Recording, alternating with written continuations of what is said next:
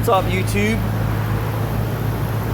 So this is more to what I was saying the other day about other shops not telling the customer the whole story. And then when I go and look at the car, that there's more problems. So go ahead, power brake it.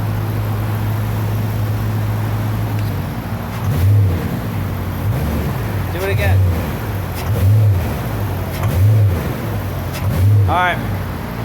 So your motor mounts and transmission mounts all have to be intact when you're... Do you need to talk to me right this second?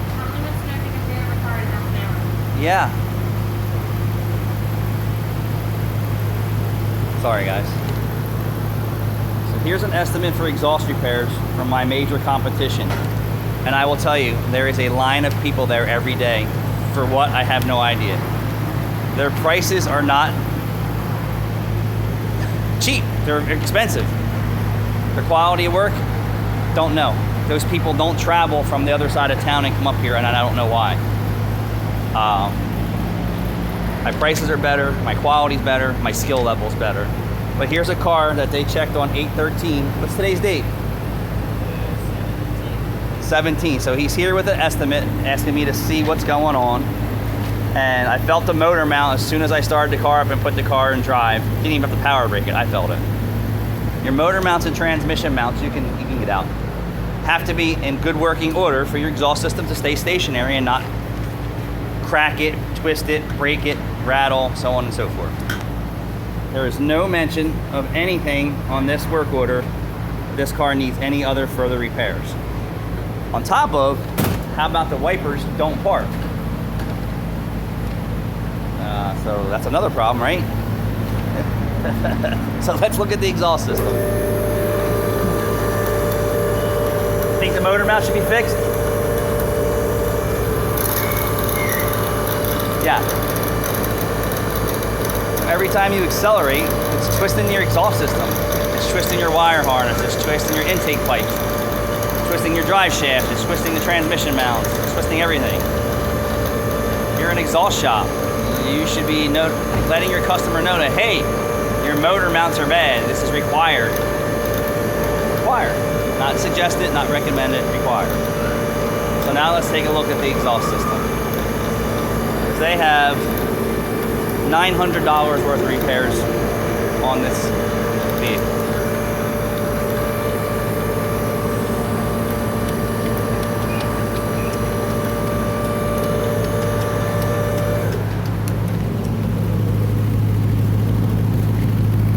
So you can see that that's twisted and cracked on this side, right? You can see that this is rotted out on this side. The wide pipe flange is gone on both sides. You think it's popping out of the hangers because the pinion seal's leaking, the hanger's greasy and crusty, and the motor mount's bad? For sure. I mean, it's ripping the hanger right off. It popped it right out. Popped off, for many reasons.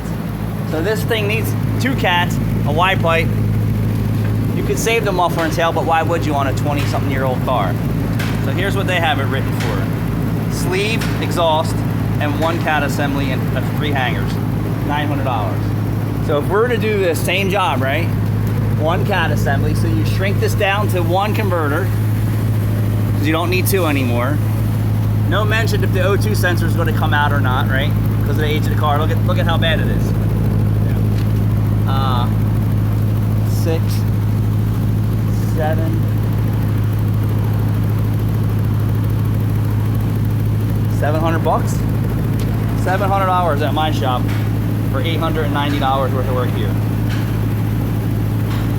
And it's not even estimated correctly. Not even close. Not even close. Not even notes like, hey, you can do this a couple different ways. Let's fix everything and be done with it. Or hey, let's patch it up. Or hey, let's estimate it correctly from the rip. Yeah. Right. A wide pipe and 2 cat assemblies. We'll be back next week with something else falling off if you don't let them know what is wrong with the car. Tell the whole fucking story, right? What do you care? You're gonna get the job or you're not gonna get the job. Just give them options and say, hey, here's how it goes. But at least estimate the job properly.